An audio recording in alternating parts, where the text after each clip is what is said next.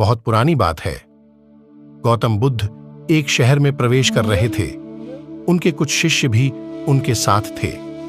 उनके शिष्य एक दिन शहर में घूमने निकले तो उस शहर के लोगों ने उन्हें बहुत बुरा भलरा कहा।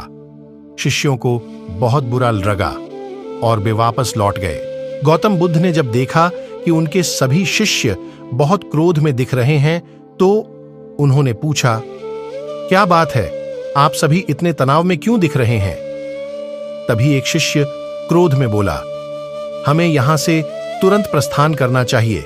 जब हम बाहर शहर में घूमने गए तो यहां के लोगों ने बिना वजह हमें बहुत बुरा भला कहा। जहां हमारा सम्मान न हो वहां हमें एक पल भी नहीं रहना चाहिए। यहां के लोग सिर्फ दुर्व्यवहार के सिवा कुछ जानते ही नहीं हैं। गौतम बुद्ध ने मुस्कुराकर कहा, क्या किसी और जगह पर तुम सद्व्यवहार की अपेक्षा रखते हो?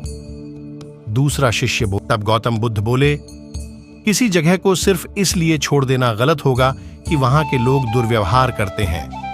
हम तो संत हैं, हमें तो कुछ ऐसा करना चाहिए कि जिस स्थान पर भी जाएं, उस स्थान को तब तक न छोड़े जब तक अपनी अच्छाइयों से वहां के लोगों को सुधार न दें। हम जिस भी स्थान पर जाएं, वहां के लोगों का कुछ न कुछ भला करके ही वापस लौटें। हमारे अच्छे व्यवहार के बाद वह कब तक बुरा व्यवहार करेंगे?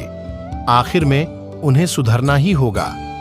वास्तविकता में संतों का कार्य तो ऐसे लोगों को सुधारना ही होता है। सही चुनौती वो है जब हम विपरीत परिस्थितियों में खुद को साबित कर सकें।